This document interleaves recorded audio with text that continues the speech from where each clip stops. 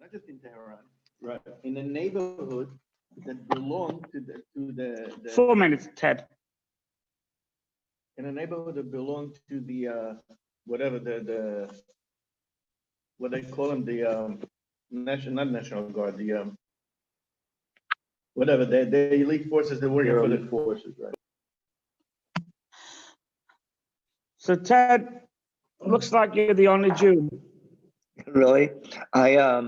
You know, I had a COVID exposure, so I don't want to come in. I'm afraid that, yeah, What, I in the was afraid. hospital, you mean? No, from actually Mariel's daughter. Mariel's daughter is quarantined for 2 weeks, so I'm just kind of hoping I don't come down with it, because then I'm going to be shut down for 2 weeks. Right. So I didn't want to take a chance and come in and exposing anybody. Right. Did you get tested? No, I hate to say it, I don't want to, because if I'm positive, it's a disaster. If I get sick, I get sick, and then I'll, you know, I did my antibodies a while ago, and they were negative. Right. But I almost, you know, once I spike a fever, I know I'll have it, you know, type of thing. Right. All right. I wish you well. I'll be fine. Anyhow, thank you. So, All right. We have, hey, Lenny. Good morning. Ted, we have you twice. Okay. Hi, Joel. Hi, Paz. So we'll begin. The Torah portion that we read yesterday is called Chayei Sara, the life of Sara. And the very first or the second verse, it says, and Sara died. So we have to ask, it's called the life of Sara, but it says that Sara died. So it seems to be a paradox. It should be called the death of Sara, and that would be more accurate. So the Rebbe gives an answer, and the Rebbe says that a person's life is not necessarily there. When it says their life, you live, it's not necessarily, even when you're living, you're not necessarily alive, right? If you're involved in nonsense and garbage and you're a druggie or an alkie or whatever it may be, or you're a narcissist, you're not living. You have something, or even a person who has a very low self-worth and they can't stand themselves, that's not living either. So that's one thing. So even when you're alive, you're not necessarily alive. But secondly, as the Rebbe explains, is that you are your progeny. You are your children. So even when a person passes, we know that their DNA carries on. But not only their DNA carries on, but also their values, their morals. And that's why it's so important to follow in a parent's footsteps, the good stuff, follow the good stuff in the parent's footsteps. So when the rest of the Torah portion, after it discusses her burial, goes into Isaac, that makes her alive.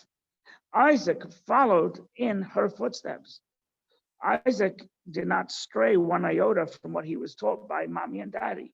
And therefore, the Parsha can be called Chayei Sara, the life of Sara, because it is the life of Sara. Isaac embodies the life of Sara. So the Torah begins, and this was the lifetime of Sara. She lived 100 years, 20 years, and 7 years. It could have said 127 years. There are easier ways to say it. So the Rashi has a comment. Rashi says that the reason why it says that at every point in her life, she was fulfilled. When she was 100, she was like 20 in terms of sin, and when she was 20, right. She was 20, she didn't sin. So also 100, she didn't sin. Right. And then when she was 20, her looks, she was like a child. Her beauty was the child of 7 years old. There is a Mishnah in Pirkei Avot that says that a person should never say that when I get older, I will do this, that, and the other. whether it's religious. When I get older, I'll keep kosher. When I get older, I'll study. When I get older, I'll go to Grand Canyon. Because the Mishnah says maybe you won't make it to, right? And it also shows a sign of lack of commitment, because if not now, when? So the Mishnah says that Sara, she didn't allow that attitude to creep into her, into her psyche. She was Me'ah Shana, at 100 years, she was fulfilled, right? She did what she wanted to do. 20 years, she did what she wanted to do. She was 7 years, she did what she wanted to do. So she was, she didn't say, when I get to it, when I get around to it, etc. Hey, Robin. So then the Torah continues. It says, "Vatama Sara," and Sara died. The Kiryas Arba, in Kiryas Arba, which is Hebron. So nowadays, by the way, it's interesting.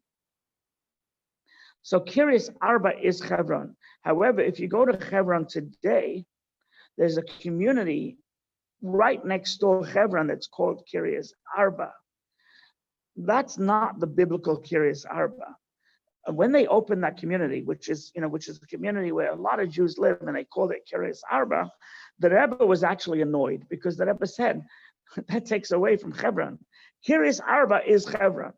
The neighborhood next door should be called next door Kiryas Arba, right? So when Sarah died, she died in Hebron, and Abraham came to mourn for Sarah and cry for her. So Joel asked this question yesterday. It says "Velifkosa," to cry for her. The word little kuf is small. The kuf is small, and the commentaries explain is that there has to be an end to mourning. When we lose a loved one, we sit Shiva. The first 3 days of Shiva, where the mourner shouldn't even be asked to speak, right? You don't even say hello. You just kind of nod. The next 3 days of Shiva, the latter 3 days of Shiva, the mourner speaks first, and then you respond. And then they work it out over Shloshim, over the 30 days, and they work it out over the year. But the idea is to mourn excessively, where a person just mourns and mourns and mourns and cries and can't go to work. And that is actually not healthy. They're understandably, a person has grief. Understandably, it's hard, etc. But it can't paralyze you. So for Shiva, yes, Shiva, you're in your house, you don't go to work, you really grieve and you really mourn, and you don't shower and you don't shave, and you look like you're in mourning. But at some point, you have to pull yourself together. Now, no one says it's easy, but it says that the Kaisa that he cried, you cry an amount, and not let the death paralyze you forever. And by the way, they say, the Talmud says this, that the mes nishkachas min halev, after a year, 12 months, the sting of losing a loved one does dissipate. However, it doesn't mean the void dissipates, but the sting dissipates. And it says if a person after a year, the sting doesn't dissipate, it means that maybe they didn't give enough attention during Shiva, during Shloshim, is that, so when people tell me, for example, I'm only going to sit 2 days, or I'm only going to sit tonight, right? It's actually a little bit short-sighted, because you never really deal with it. So the Chachamim, the sages, were wise, and they said, you know what, you got to sit, and you gotta, you have to do the whole thing. You have a ripped clothing, and you sit 6 nights, and you deal with it. Is probably the most cathartic thing you could do, and it helps. It helps. In my particular case, I had a curveball thrown in. Is my father died on Chol Hamoed Sukkot, middle of the holiday, and therefore I didn't sit but as soon as he died, I flew back. I got on a plane, flew back to California. All right. And then when the holiday was over, I flew back and I started Shiva. So for those 5 days, I did nothing. I mean, I just walked around. I can go shopping. I can do this. And it was a really odd time. It was like limbo. But Shiva grounds you, literally. Another commentary, and this is a midrash, it says if you take the word kaf out of the equation, it says Abraham came to mourn for Sara and to meet his daughter. If you take away the kaf, instead of lifkota, just take it away, it's ulabita and her daughter. So according to the Medrash, Abraham had a son, Yishmael, he had a son, Yitzchak, and he had a daughter. And her name was actually Bakol. That was her name, Bakol. So that's a midrash. Not too much. I don't know much more about her. So Abraham wanted to bury her, and he goes over to the people of Hebron, and he says, I want to use that burial place. That it's a little bit of a hill. It's a burial place. I want to use that. And he says, so the children of Chayei who lived there, and he used a strange term. He says, Ger v'toshav. Ger means that I'm a sojourner. I'm a resident alien. I'm an alien. V'toshav is I'm a resident. So that's a very interesting term that he used. And they explain that Hebron was owned by Noach's son, Shem, who's Abraham's great-grandfather. The children of Chayei stole it from Shem. And Avram said, look, I'm a guest here, but I'm really not a guest. And therefore, I want to be nice. I want to pay for it. But not selling it to me is not an option, because this is really my land, and I have I can show you contractual, I can show you deeds, etc. So they told him, they said, no, the great Abraham, please just bury. He says, no, I want to speak to the chief of Chayei, Ephron, the Chitti from Chet. And he said, so they met with Ephron. Ephron was the boss man. And Ephron says, no, I'll just give it to you. Avram says, no, I don't want you to give me anything.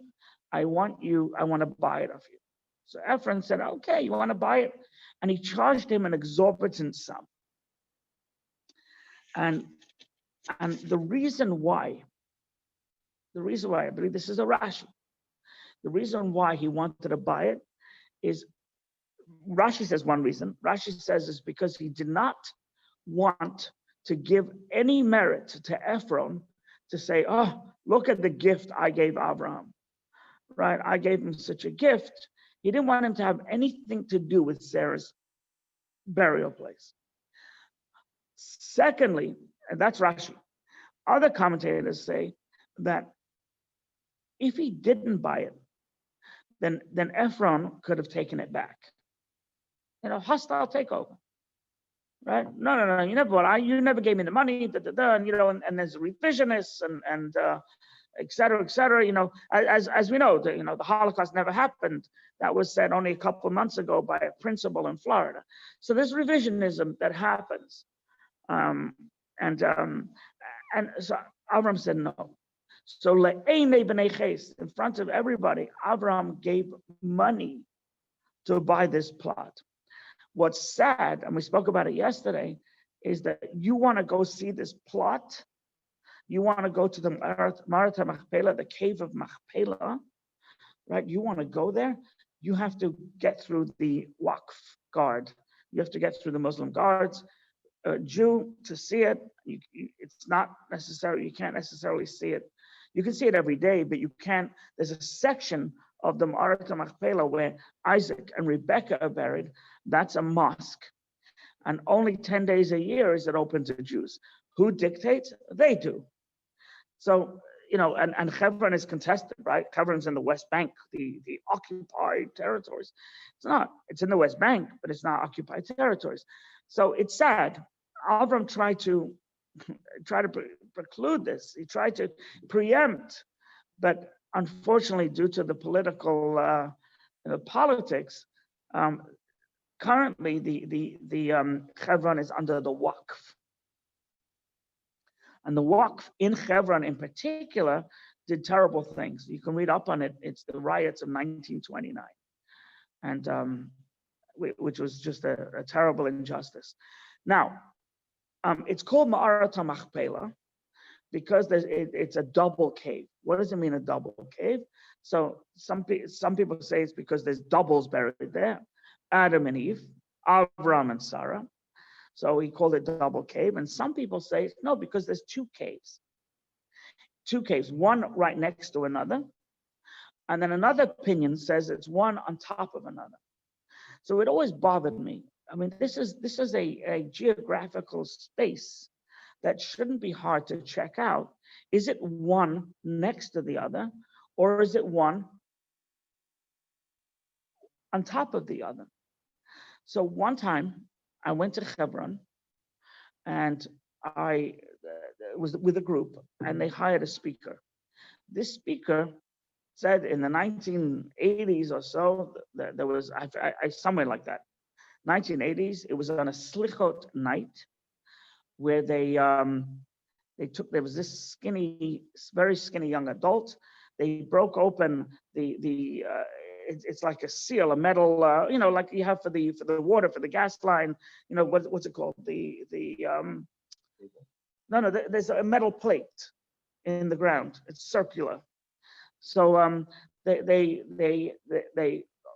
pried it open with a crowbar, and there is a ladder that goes downstairs. Because when you go to the Ma'arat HaMachpelah, you go up many, many, many steps, and you're actually on the second floor, whereas the burials are below ground. And he says, so they send this guy down. There were slichot, the Waqf who owned it. They didn't know this was happening.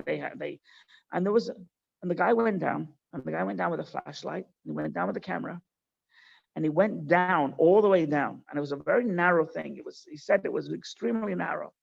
And he went down and he landed on the bottom, and he took pictures of what was down there. He came up, and he says, and then the Waqf heard about it. They sealed over that plate. They cemented over it. You can't get there, and they inspect it. And he says, these are results of the pictures. I looked at the pictures, and guess what? It's two caves, one right next to another, and another cave on top. It actually had both opinions. I have it in my house because both opinions were accurate. Both opinions. It was side by side and one on top of the other. It was the wildest thing.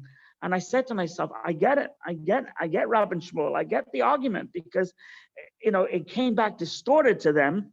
But the truth is, it was both.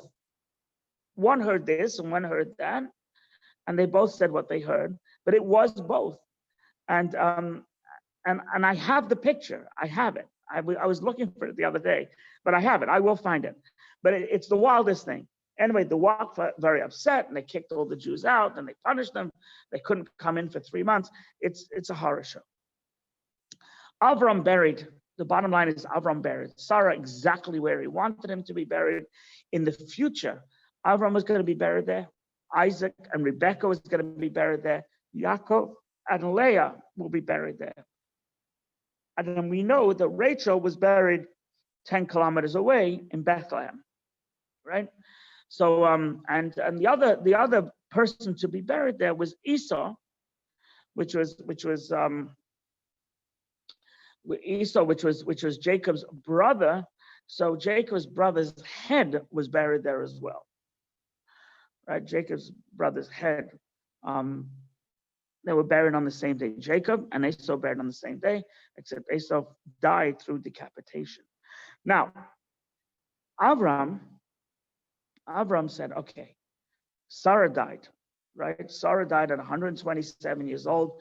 She had him when he was 90 years old, so that made Yitzchak 37.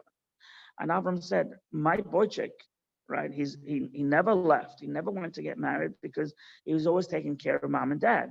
He says, now that mom's gone, it's time for me, right? He's 37. He's like, you can't be in your parents' basement all your life, right? That's the message to the to the generation of today, is that you have to the kids got to move out. It's healthy. It's unhealthy.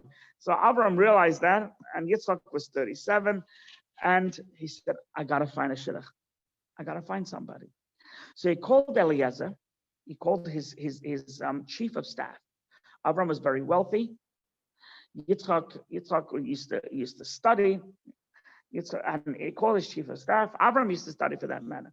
And he says, I'm going to ask you to swear. And he says, I want you to hold on to the only mitzvah I have. And you can guess what that was, his circumcision. And he said, swear by me that you'll find a girl for my son, my Yitzchak, and it will only be from the family. And and Eliezer said, what happens if the girl won't come back? Should I take somebody from Canaan, the Canaanites, the Hittites? Avram said, God forbid, I'd rather him be single. Right?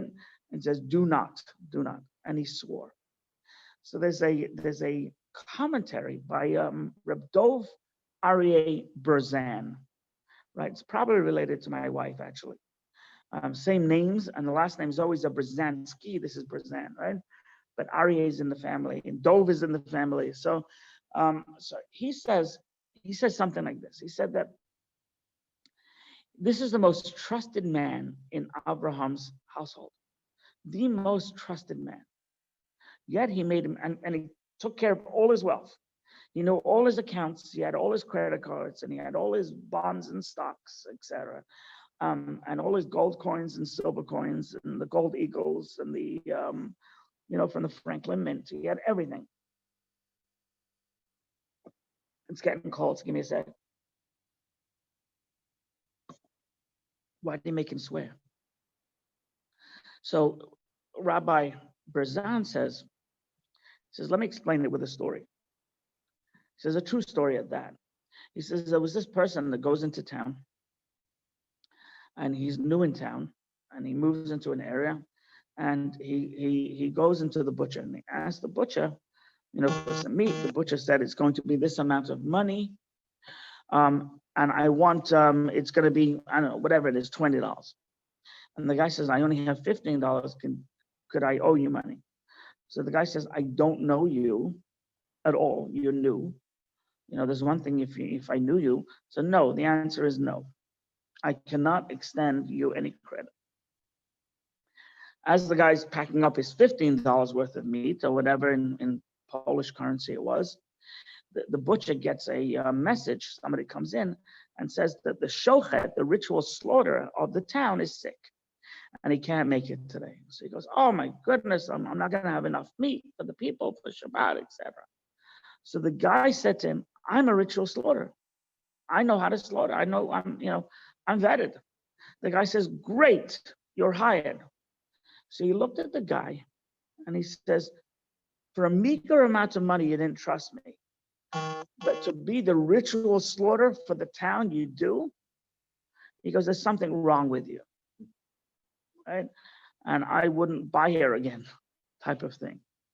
So here is, you can trust Eliezer to be the chief of staff, but you can't necessarily trust him without an oath to find that shidduch for Yitzchak. It's two separate things.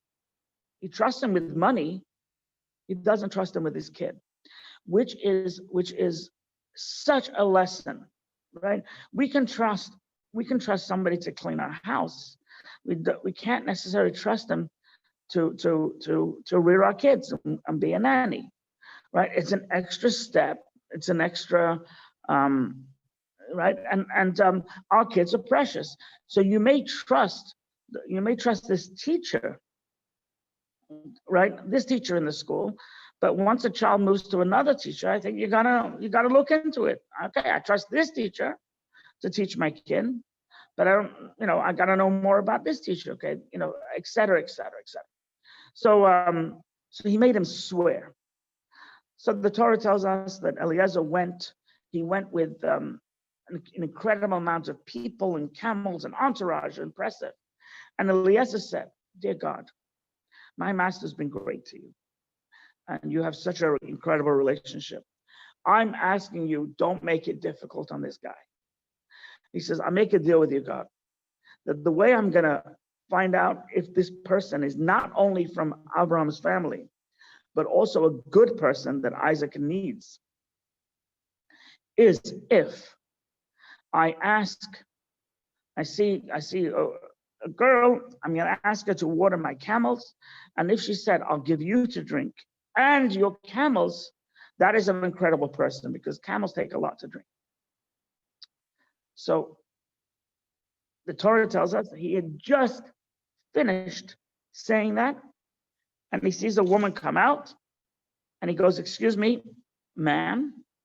I hope he didn't say ma'am. I really don't. "Excuse me, can I have a drink?" So she said, "Sure." She lowered her pitcher. She gave him to drink, and she said, "I will also give you camels to drink." So the very first person he met already met the criteria. The Torah tells us that she was beautiful. That doesn't hurt either, right? So here is the very first person he met, which is the concept. The concept is that Hashem. Here we see it clearly. She was destined to be his wife and met, and there was husband and wife, etc. The first one. So God makes the shidduch. God makes the mate. Of course, a person has free will, etc. But sometimes when you overthink something, it could be not the right person. It could be the right person for you, but you overthink it and say, "Well, I would like someone, 5'7", and I don't like it that she's 5'5". I didn't think of anything like that. Trust me. Zoe says that I was never considered short until I married you. It's God put him on the path, and this is a daily occurrence where God puts things in our path, and it's up to us to say, "Wow, look what God is doing." It's sometimes we just miss the message, miss the sign. There's a story about a Chabad house, and I think it was in Indiana. He went out to Indiana. He went out 35 years ago. Can you imagine what the Hoosiers looked like then, right? He went to Indianapolis, I believe, and he went out there, and he made plans. His first big event was for a Purim party. So he made this Purim party. He had a lot of zest and a lot of energy, and made this Purim party. He flew in kosher food from New York or wherever, and he hired a band and et cetera, et cetera. And what happened was one person showed up, just one person. So the person showed up, and the rabbi goes over to him, and he says to him, "I'm sorry, you didn't get the memo that the party was canceled." And he sent him home. He was so, and by the way, it's happened to me before. One person shows up. That's absolutely the worst thing that can happen. It's much better when no one shows up, the one person shows up. I've had my share. So, and he sent him home. And then he writes a bitter letter to the Rebbe. He says, "I invested, $3,000. Remember, this is 40 years ago, whatever. I invested a lot of money into this, and never, woe is me, that one person showed up. I was so embarrassed, and I sent him home." He gets a call from the Rebbe's secretary, Rabbi Chadakov. And Rabbi Chadakov says, "Buddy, message from the Rebbe. Sometimes we have to understand that there's a message here, right? You can have a party of 150 people and feel so good about yourself, but ultimately only hook up with one person and inspire them. What God did for you, says the Rebbe, is he took away all the noise. He took away all the madness, and he sent you one person. And what did you do? You sent him home. Go find him. Go find him. Go chase after him. So that's what I mean by not necessarily listening to the messages, is that God puts people in our path, and sometimes we don't realize that this is exactly what you need at this time. The CNN once came over to the Rebbe, right? Certainly not news. Came into the Rebbe, and they asked the Rebbe, do you have a message for our viewers? Very, very interesting question. And the Rebbe responded thus. The Rebbe says, when two people get together, it should benefit a third. Right? And he says, always keep that in mind. So somebody comes into your life, it's for a reason. It's not happenstance and random. And God dictates, just like here with Eliezer, it was the first chick, right? The first girl that Eliezer met. And as soon as she did that with the water, he put on bracelets and he put on nose rings, and I hope they were clip-on, and he put on earrings, and he says, and who are you? So he was so convinced that this was it. He gave her the jewelry first. So she said, I'm from the family of Nachar. Nachar, right, was Abraham's grandfather. So he goes, that's it. That's family. So he said, you have place in your, you have place for me and my entourage to sleep? And she goes, yeah. Right. So the girl ran and says, family, we have guests tonight. Lavan, who eventually became Jacob's father-in-law. He was the sister of Rivka.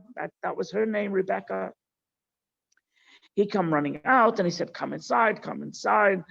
And they came inside. Now, the reason why I asked him if you have a place to sleep is because he wanted to check out the house. Was Rivka brought up with idols? Was she brought up with, with Molech? Was she brought up with these other kind of popular pop culture at the time? Or is it more of a humble home and etc.? So Rashi says actually Lavan cleared out all the idols when he came in, but and they gave him food, they gave him drink, and he says, no, I'm not eating or drinking anything until I speak my mind. He says, he told them the story, is that the first girl he asked, and she responded exactly as the deal he made with God. And he says, and your family, I want to marry her. So they said, well, to see such a sign from God, how can we prevent? And they said, sleep over and tomorrow you go on your way. So they did. On the morrow, the delay tactics started. Why didn't you stay here a month? Why didn't you stay here 10 months? Wait till Rivka prepares herself. She looks beautiful. She gets the makeup. She gets a proper mascara, and she has to get her wedding dress, and she has to contact the band. We all know that many weddings, the bride and groom, a year and a half they're engaged before they get married, right? And it's so he said, no way. You're delaying me, and I'm telling you now, I have other fish in the sea. I have Lot's family, I have Haran's family. You're just delaying. They said, okay, let's ask Rivka. From here we learn, says Rashi, that a father, even if a child, back in the day when they used to marry minors, I think it still happens today. There's an organization I just gave money to. It's a Dix Hills kid who's now in college. There are child marriages, like 200 and something, happening every day in this country. I don't know if it's true or not, but they hit me up. I gave them some money, but that's just a wild concept, child marriages. So Rivka was underage, and they said, let's ask Rivka. From here we learned, by the way, that we cannot, a father cannot coerce any of his children to get married. In other words, she has to agree, he has to agree. It's actually written in the Ketubah that this is done out of love. This is not done out of pressure. So no, you can't. Which happens, and by the way, in Muslim lands, right? They take their child and said, "You're going to marry so and so," and finished. It's we had a speaker here once, and she told us the story. It was wild. So you can't coerce. So Rivka said, "Yeah, I want to get married. I want to leave, and I want to go get married." So she said, "Okay, Rivka, if that's what you want, by all means." And they gave her a blessing.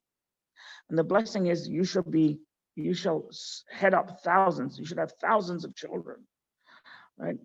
And you should be able to beat your enemies. So thousands of children. They were blessing her that Abraham was going to be blessed with progeny, right? And it's going to have a lot of kids. May it happen through you. May you be the grandma of all these. So that was a beautiful blessing. The question is, what's this about enemies? Why bless them? That you should have enemies, right? You should bless them. You should have no enemies, right? None whatsoever. So the Rebbe answers that that if a person has no enemies, it means they haven't done their due diligence, right? Then they haven't challenged somebody to be better, or they haven't stood up for injustice, or they've seen something and they have not stopped it. It says that if you're a successful person or a vocal person has enemies, right? Like Donald Trump has 74 million enemies, right? Right? So you have enemies. The only way you have enemies is if you stand up for something. If you stand up for something, and maybe not popular, but you got to stand up for something. And that was the blessing. But you have enemies is because you should be vocal, and you should be successful, and you should stand up for injustice, etc. So that was the blessing. So the blessing actually was a beautiful blessing, is that you should beat down the bad. They'll hate you, so let the bad hate you. Right? It's that's okay. And they left. And they left. That was the blessing. And by the way, many people have the custom of Chabad does not, but a lot of the Jewish world has the custom that when the bride is walking down the aisle, they give her this blessing. This blessing that her parents and her brother gave her, that may you have thousands of offspring, right? Is the blessing they give. So they got up in the morning, and they sent her wet nurse with her, and it was literally a wet nurse. So they sent her nurse or her caretaker, her nanny, whatever, and she went. As they're traveling back, and they're traveling back into hometown of Hebron, she sees a man praying in the field. And she literally, the Torah tells us, falls off her camel. And he says, "Who is that?" He says, "That is master. That is my master. That is Isaac." The Torah tells us she covered her face. She put a tiskas, she put a veil over her face. This is one of the reasons why a bride gets veiled, is because Rivka put a veil out of modesty. And it says that Yitzchak brought her into the tent of his mother, and he loved her. And by Yenachem Yitzchak, and he was consoled after the loss of his mother. There's a famous Rashi, which comes from the Talmud, that says that when Sara was alive, there used to be a cloud of glory over Sarah's tent. And when Sarah died, it dissipated.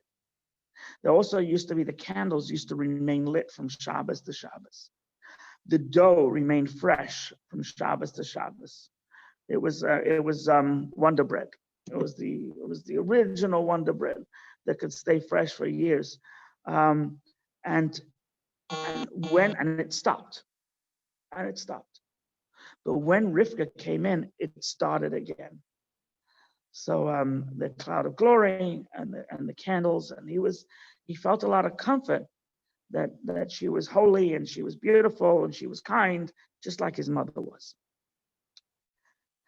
So now Yitzchak is married, Avram is happy, but Avram is the widower. Avram is lonely. So the Torah tells us he took Keturah.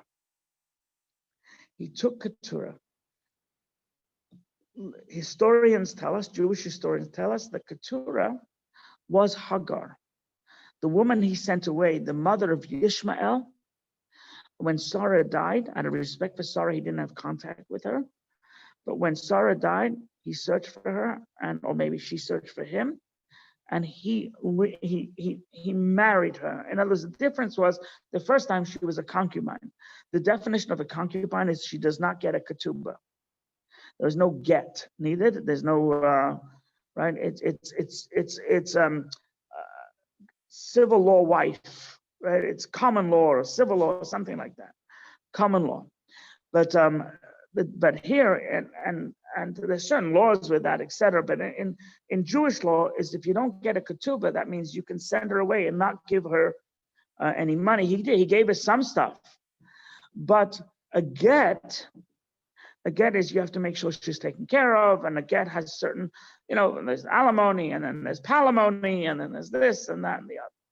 So the first time he did not marry her, this time he married. Because the Torah tells us, Isha, he took a wife. Keturah, Rashi says, basically waited her time. She waited, she knew Sara was much older than her. And when Sara died, she was still of childbearing years. And Abraham had a bunch of kids. I don't know if you knew this, but Abraham had Zimran, Yokshan, Madon, Midjan, Yishbak, Shuach. Abraham had another 6 kids, God bless him. Right, 6 kids after Sarah died. So he had Ishmael, he had Yitzchak, and he had a whole other, and the Torah tells us about all these grandchildren that he had. So he gave the Torah tells us that he gave her children, presents, and he sent them east. So there's a lot of speculation as where does east mean? What does it mean east? Does it mean East Russia? Or does it mean to the Far East, Middle East? What's east? And what were the presents that he gave them? He gave everything to Yitzchak pretty much. So what did he give them? So Rashi says that when Avimelech tried to rape Sarah, when Paro tried to rape Sarah, they actually gave her gifts to appease her so they should not get stricken down by God. Those are the gifts that he gave to Hagar. Hey, Hagar, this is what your dad gave me, because Hagar was the daughter of Paro. I'm going to give them back to you. Other opinions is he gave them wisdom. He gave them monotheism. Other opinions are he gave them different methods of healing, which we would call Eastern medicine as opposed to Western medicine. So he gave them gifts. So I don't know whether they are our cousins living in Guangzhou and Beijing. It's hard to know, but they left. They went east, so they should not be they should not stop fighting. It's bad enough Ishmael and Yitzchak, had what their history. They didn't want more, so he sent them. They were out of the picture. Then the Torah tells us that Avram died 100 years. 30 years, 7 years, 175 years, and he died. He was supposed to live, Rashi says, another 5 years, but God wanted to spare him the pain of Esau going into teenage years, because Esau was a grandchild. It was a bad seed, as we'll learn next week. God wanted to spare him the pain because he died while Esau was still, 12, etc. And until 12, a child can be molded. After 12, it's more difficult. So he died 5 years sooner than he should. Then the Torah tells us Ishmael also died. And Ishmael, the Torah tells us, did teshuvah. He became righteous, and he had a bunch of kids. Right, and they had 12 princes as prophesied, and the Torah tells us by Yigva, which means that he expired. The Torah only uses the term expired as opposed to death by righteous people. So from here we know that Ishmael passed. He did teshuvah. He was a righteous person. He also, together with Yitzchak, he buried Abraham, which means that they had reconciled. So let's hope if they reconciled once before, we can reconcile again. That is the end of the Torah portion.